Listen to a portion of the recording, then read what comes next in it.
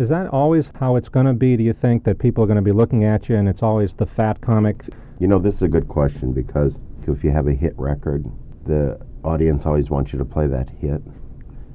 Well, in a lot of ways, people always want me to do those jokes about being fat because that's what they can relate to. What about the word fat? If we could all get used to saying the word fat and all get used to the idea that some people were going to be fat, that it wouldn't be offensive. And also, I think it lets people know that I'm comfortable with saying the word. I don't think it's a bad word. I just think it's a description. Did you go on binges? That was not really my main problem.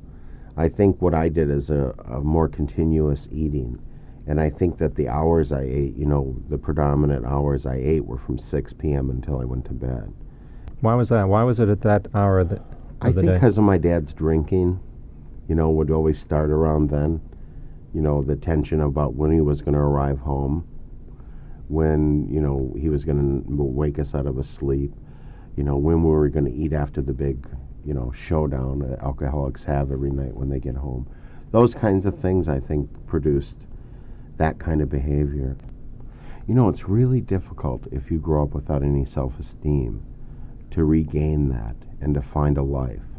That's what I think I've been struggling with as a person, and I think that a lot of it has to do with how do you recover from that? That's what I've been looking for, and trying to help understand about myself. How do you recover from the fact that your father called you a lard ass?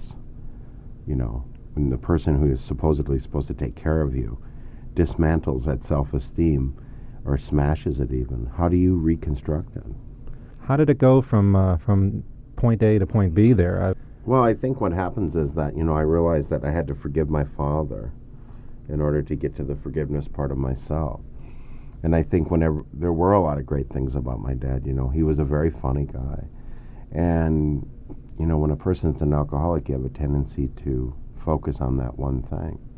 And I was being unfair to him in a lot of ways. And then after I wrote my first book, I discovered how difficult his life was, being an orphan, having two alcoholic parents.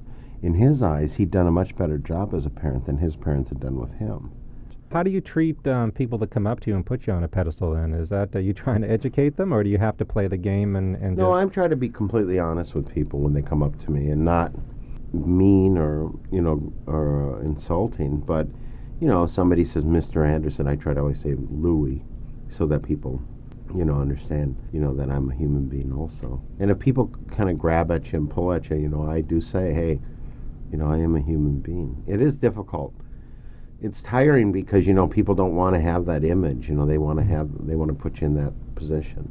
Unfortunately, I don't think it's very healthy for either person. Yeah, and I think that's what my comedy's all about, being able to relate to each other. And I think on a bigger scale, what that audience has become is the family that I didn't have growing up.